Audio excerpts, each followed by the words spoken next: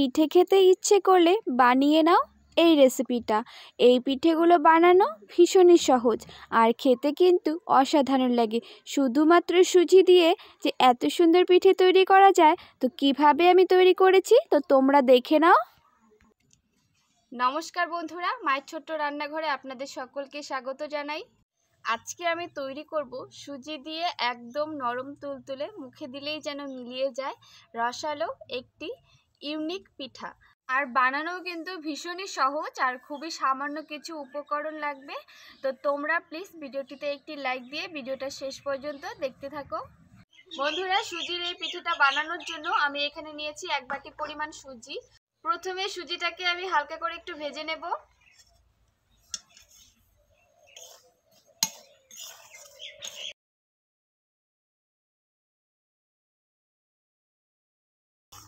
তো বন্ধুরা, সুজিটা কিন্তু আমি একটু হালকা করে ভেজে নিয়েছি, অতিরিক্ত ভাজার কিন্তু দরকার নেই। তো এবার আমি এর মধ্যে দিয়ে দিচ্ছি জল।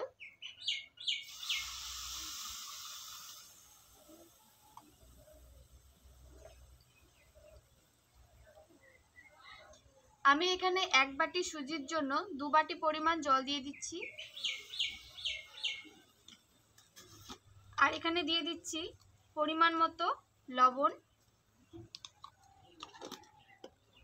এবার ভালো করে মিশিয়ে নিচ্ছি।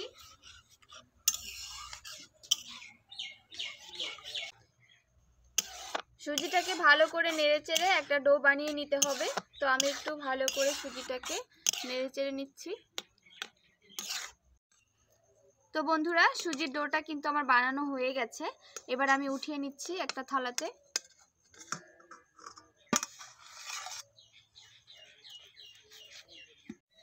বন্ধুরা, এদিকে ডোটা একটু ঠান্ডা হতে থাক, আর এইদিকে আমি গুড়ের এই শিরাটাকে বানিয়ে নেব। আর শিরাটা আমি গুড় দিয়ে তৈরি করছি।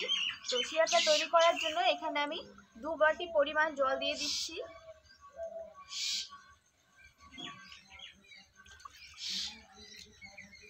আপনারা আপনাদের পরিমাণ অনুযায়ী শিরাটা তৈরি করবেন। তো আমার এখানে যতটুকু ডো আছে সেই পরিমাণ অনুযায়ী কিন্তু আমি শিরাটা তৈরি করছি। এবার এই জলের মধ্যে আমি 1 বাটি পরিমাণ দিয়ে দিচ্ছি গুড়। গুড়টাকে দিয়ে ভালো করে ফুটিয়ে নিতে হবে।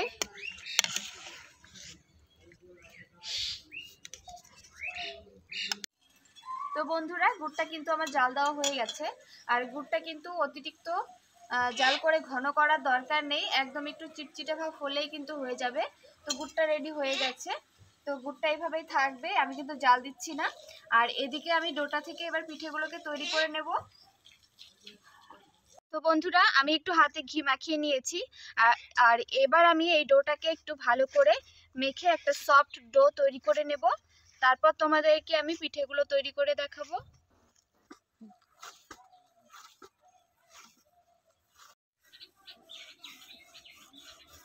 তো বন্ধুরা, ডোটা কিন্তু আমি ভালো করে সফট করে একদম মেখে নিয়েছি।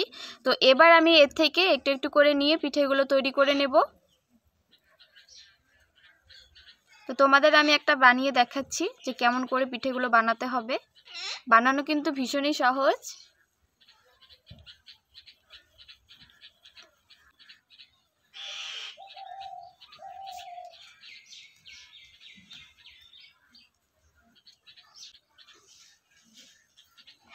তো বন্ধুরা, দেখতে পাচ্ছ আমি কেমন করে পিঠাটা তৈরি করেছি।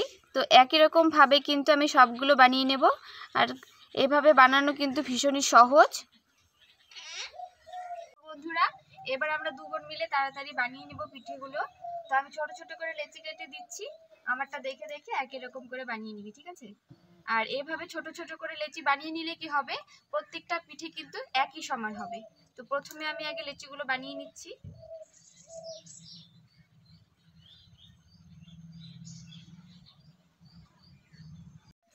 তো বন্ধুরা, সবগুলো কিন্তু আমি ছোট ছোট করে লেচি বানিয়ে নিয়েছি। আর বোনও কিন্তু এদিকে বানাচ্ছে। দেখি কেমন হয়েছে। বাহ, খুব সুন্দর কিন্তু বানিয়েছে, দেখো একদম ভীষণ সুন্দর হয়েছে। তো এরকম ভাবেই আমরা চটপট করে বানিয়ে নিচ্ছি।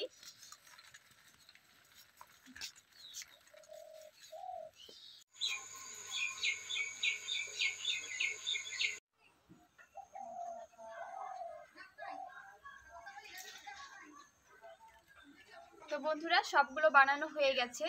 এবার এই পিঠেগুলোকে একটু ভাপিয়ে নিতে হবে। তো এই পিঠেগুলোকে ভাপানোর জন্য আমি এরকম একটা যে ফোটা ফোটা যে গামলাগুলো হয় এরকম নিয়েছি। তো আমাদের কাছে থালা থাকলে তো আরও বেশি ভালো হয়, থালার মধ্যে কিন্তু দিয়ে ভাপিয়ে নিতে পারো। তো সবগুলো পিঠে আমি এভাবে দিয়ে দিচ্ছি।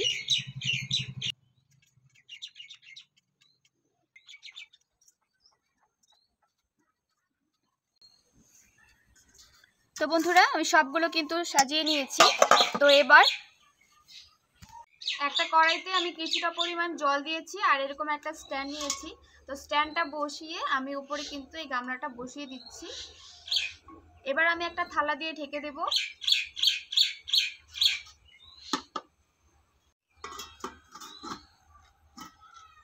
এই থালাটা দিয়ে ঢেকে দিলাম। এবার আমি 5-7 মিনিট মতো একটু ভাপ দিয়ে তারপর নামিয়ে নেব।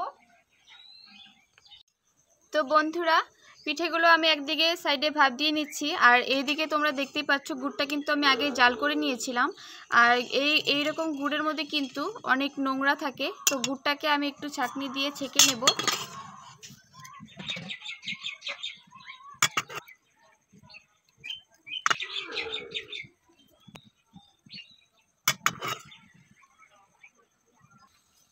তো বন্ধুরা গুড়টা কিন্তু আমার ছেঁকে নেওয়া হয়ে গেছে আর দেখতেই পাচ্ছ গুড়ের মধ্যে কিন্তু অনেক নোংরা থাকে।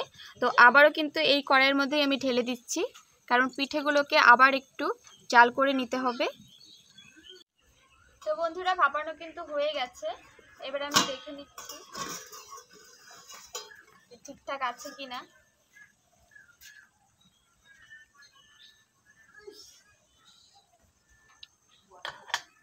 তো বন্ধুরা বেশিক্ষণ কিন্তু ভাপানোর দরকার নেই এই পিঠেগুলো।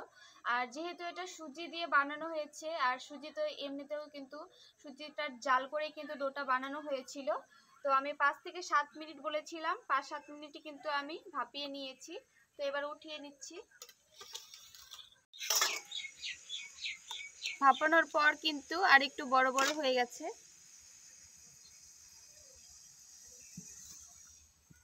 তো বন্ধুরা আবারও আমি গুড়টাকে একটু জাল করে নিলাম, গুড়টা ঠান্ডা হয়ে গেছিল, হালকা হালকা কিন্তু একটু একটু ফুটছে। তো এবার এই পিঠেগুলো এর মধ্যে দিয়ে দিচ্ছি। এই গুড়ের শিরাটা গরম থাকা অবস্থায় কিন্তু দিয়ে দিতে হবে।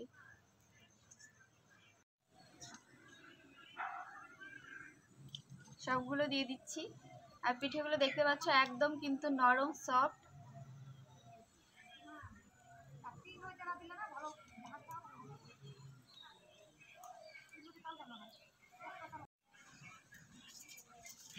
বন্ধুরা সবগুলো কিন্তু আমি দিয়ে দিয়েছি। এবার একটু হালকা করে নেড়ে দিচ্ছি, বেশি কিন্তু এগুলোকে ঘাটা যাবে না, তাহলে কিন্তু ভেঙে যাবে। তো এভাবে এই গরম গুড়ের শিরাটার মধ্যে আমি 5 মিনিট সময় মতো রেখে দেব, তারপর তোমাদেরকে আমি সার্ভ করে দেখাবো। 5 মিনিট পর এবার আমি একটা প্লেটে সার্ভ করে নেব। আর দেখতেই পাচ্ছ পিঠেগুলো কিন্তু কতটা সুন্দর হয়েছে। আর তোমরা এভাবে কিন্তু একবার হলেও ট্রাই করে দেখবে। আশা করছি তোমাদের কিন্তু ভীষণই ভালো লাগবে এই পিঠেগুলো। তো দেখতেই পাচ্ছ কতটা সুন্দর হয়েছে, একদমই কিন্তু রসালো, নরম তুলতুলে, খেতে কিন্তু ভীষণই টেস্টি হয়েছিল। আর তোমাদের কাছে কেমন লেগেছে রেসিপিটা অবশ্যই কিন্তু আমাকে কমেন্ট করে জানাবে। ভালো লাগলে একটি লাইক করবে। আর আমার চ্যানেলে নতুন বন্ধুরা এসে থাকলে অবশ্যই কিন্তু আমার চ্যানেলটাকে সাবস্ক্রাইব করে পাশে থাকবে। এবার আমি তোমাদেরকে একটা বাটিতে উঠিয়ে দেখাচ্ছি পিঠেগুলো কতটা নরম হয়েছে আর ভেতরে কিন্তু রসে ভরা। তোমরা একবার হলেও এই পিঠেটা ট্রাই করে দেখবে, আমি আশা করছি তোমাদের কাছে ভীষণই ভালো লাগবে।